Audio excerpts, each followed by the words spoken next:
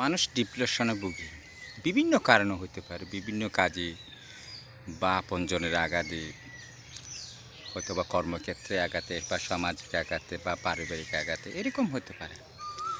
তো ডিপ্রেশন ভুগলে অনেক সময় দেখা যাচ্ছে যে সে মানুষটা সহ্য করতে না পারে, হয়তো বা স্ট্রোক করে ফেলে, না হয় আত্মহত্যা করে। আমি কিন্তু এটার বিপক্ষে। কেন এটা বলি?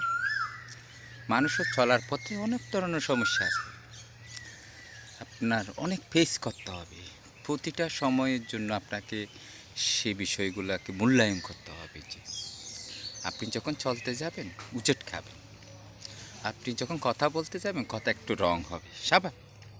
তা বলে এই নয় যে তার বিপক্ষ বা আপনার ডিপ্রেশনের কারণে, আপনার অতিরিক্ত চিন্তার কারণে যাতে আপনার ক্ষতিটা না হয়, আপনাকে সেদিকে খেয়াল রাখতে হবে। এটা হচ্ছে বাস্তবতা। তা আসুন, আমরা কীভাবে ডিপ্রেশন থেকে মুক্ত পাওয়া যায় সেদিকে যদি নির্ণয় করা যায়, তাহলে আপনাকে প্রথম হচ্ছে সুচিন্তা করতে হবে। আপনাকে কিভাবে থাকে সেটা মোকাবেলা করবেন, আপনাকে সেই টেকনিকটা অ্যাপ্লাই করতে হবে। তো কীভাবে অ্যাপ্লাই করবেন সেটা হচ্ছে আপনার জ্ঞানের মাধ্যমে করতে হবে। আপনার এটার বিপরীত একটা চিন্তা করতে হবে। বিপরীত চিন্তা, আপনি যেই আঘাতটা পাচ্ছেন তার একটা বিপরীত সলিউশনটা আপনাকে বের করতে হবে, ফর্মুলাটা আপনাকে বের করতে হবে। তো বের করতে গিয়ে আপনাকে আপনার স্নায়ু ঠিক রাখতে হবে। আপনার যখন স্নায়ুটা ঠিক থাকবে, ঠিক রাখবেন, রাখার চেষ্টা করবেন এবং স্বস্তি নেবেন। ঠিক আছে, যা হয়েছে হয়েছে, কিন্তু আপনাকে সেখান থেকে উদ্ধার করতে হবে। আপনি এটা নিয়ে চাপা দিয়ে বসে থাকলে হবে না, সেটা কীভাবে মোকাবেলা করতে হবে সেই জ্ঞানটা আপনাকে থাকতে হবে।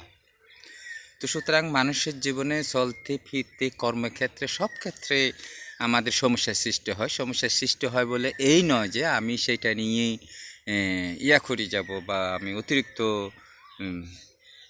ডিপ্রেশনে ভুগবো, সেটা কখনো করবেন না। এটা করলে অনেক সময় কি এটা আপনার শরীরে ব্যাঘাত ঘটবে, আপনার মৃত্যু ঝুঁকি হইতে পারে, সেটা হইতে পারে ভেঙে পড়তে, রোগ ব্যাধি আপনাকে ধরবে, সেগুলো মাথায় রাখতে হবে।